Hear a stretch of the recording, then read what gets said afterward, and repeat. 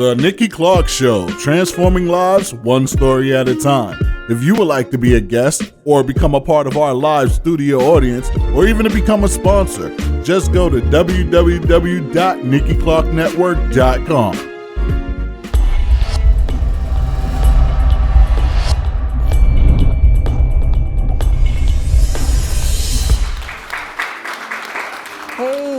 This is Nikki Clarke, and this is a very special edition of the Nikki Clarke Show. Why? Because it's in Montreal. Yes, my hometown. And I'm here to celebrate a fantastic weekend of fashion. It's Semaine de la Mode Africaine de Montréal, and I'm here in the beautiful Théâtre Paradoxe.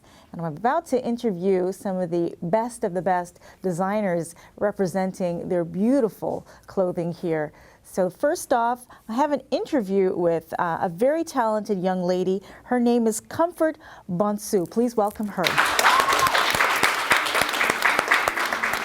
How are you today? I am good. Yourself? I'm good. So you're just taking a little break from putting all the last, things together, the alterations. Yes. How do you feel? You must feel accomplished, right? Yeah, it's kind of good to be part of the first edition of the Africa Fashion Show Montreal. So yeah, it's a lot of nerds, it's a lot of pressure, and I'm looking forward to it. Yes, I'm really excited to see your creations, yes. And you are the creative mind behind Uzu Creations. Yes. Did I say that right? Yes, Uzu. Uzu. Yes. Okay, fantastic. Now, what does Uzu mean? Uzu is actually a name of a family member back home, and he traveled by Ghana. I'm African from Ghana. Okay. So he went to visit Germany, and his last name is Owusu, but they couldn't pronounce it properly, so they were calling him just Wuzu Wuzu. It stuck, and I was like, hey, I'm starting a company, I need a name.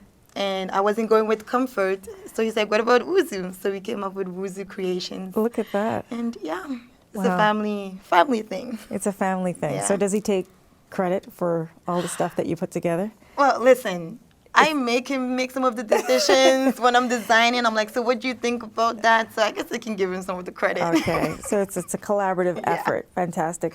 So you were always involved in arts and yes. crafts and sewing being your main interest in expression. How old were you when you noticed that this is something that you wanted to do for the rest of your life? I think from the age of maybe 10, 11, I started sewing, manually.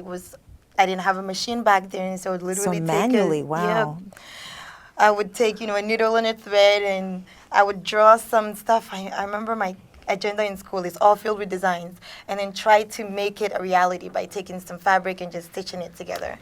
So it really started with just, having a passion for trying to figure out something unique for me and express myself. So you actually created your own patterns, or yes. did you sew without a pattern?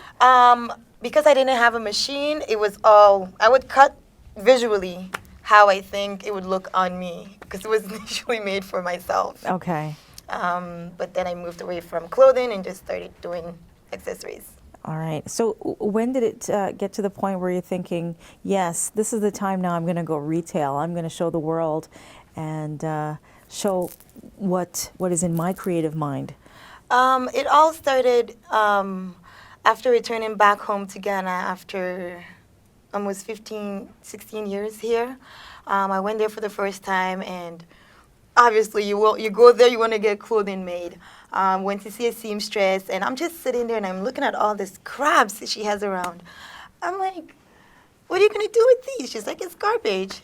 So wow. I tell the family member, I'm like, you speak the language better. Tell them I want the scraps from... What's the language they speak there? It's Chi. Chi. Yes. Okay. English is the common language. We were one of the few that were colonized by the English, but it's Chi that is spoken there. Okay. And I told them, tell them I want the scraps from the things she's making for me. And it started from there. Came back and I started developing with earrings, and then it went somewhere. Wow. Yeah. So that is quite the story. Yeah. And now no looking back. So how long has Uzu Creations been around now? So I started developing it after the trip in 2012, but I only really started trying to sell and really selling in November 2014. Okay. Yeah. And what can you say that sets you apart from other designers? What can we look for in the fashion show today that sets you apart? This collection that I've made is mainly focusing on necklaces and clutches. Okay. So you can really see funky colors, different mixes of colors and textures. Okay. And it's just to express yourself, I guess. Express yourself, Yeah. definitely. And I'm looking forward to that expression. And where can people find you? You can find me on Facebook as Wuzu Creations, on Etsy, .com or .ca, Wuzu Creations as well, and on Instagram as Wuzu Creations. Okay. Wish you the best of luck and Thank congratulations. you so much on for everything. having me here. Thank you. We'll be right back.